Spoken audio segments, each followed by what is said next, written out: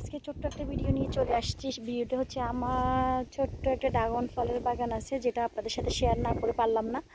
দীর্ঘদিন যাবত এটার ভিতরে অনেকগুলো ফুল আসছে, কেন যেন জানি না, কিছু ফুল আসে, কিছু ফুল মরে যাচ্ছে, কিছু ফুল টিকতেছে না। যাই হোক, ভাগ্যক্রম একটা ফুল টিকলো, যেটাকে আমি প্রুনিং করে দিছি।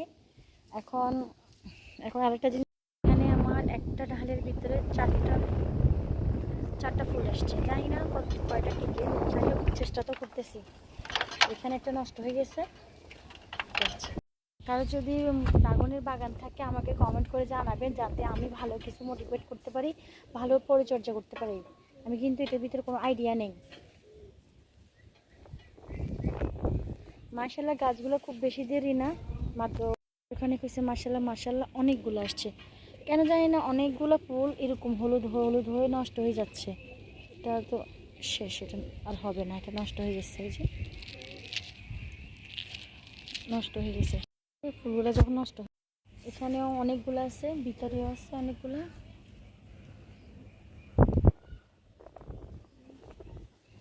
এখানে একটা ফুল হয়েছে,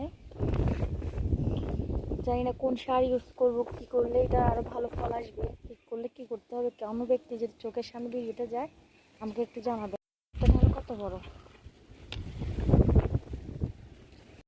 আমাদের বিষয় হচ্ছে, ওখান থেকে ছোট্ট একটা ঢাল কেটে এখানে লাগাইছিলাম, এখানে টিকলো, জানি না কতটুকু ফল আসবে।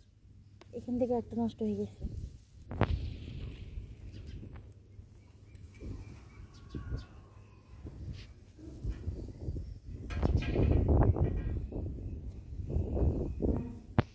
আর কিন্তু কিছু সূর্য সারটা দিছি, বাসায় যে শাক সবজিগুলো কাটি ওগুলো দিছি, এর বাইরে কিছুই দিই না। তাই আমাকে জানাবেন।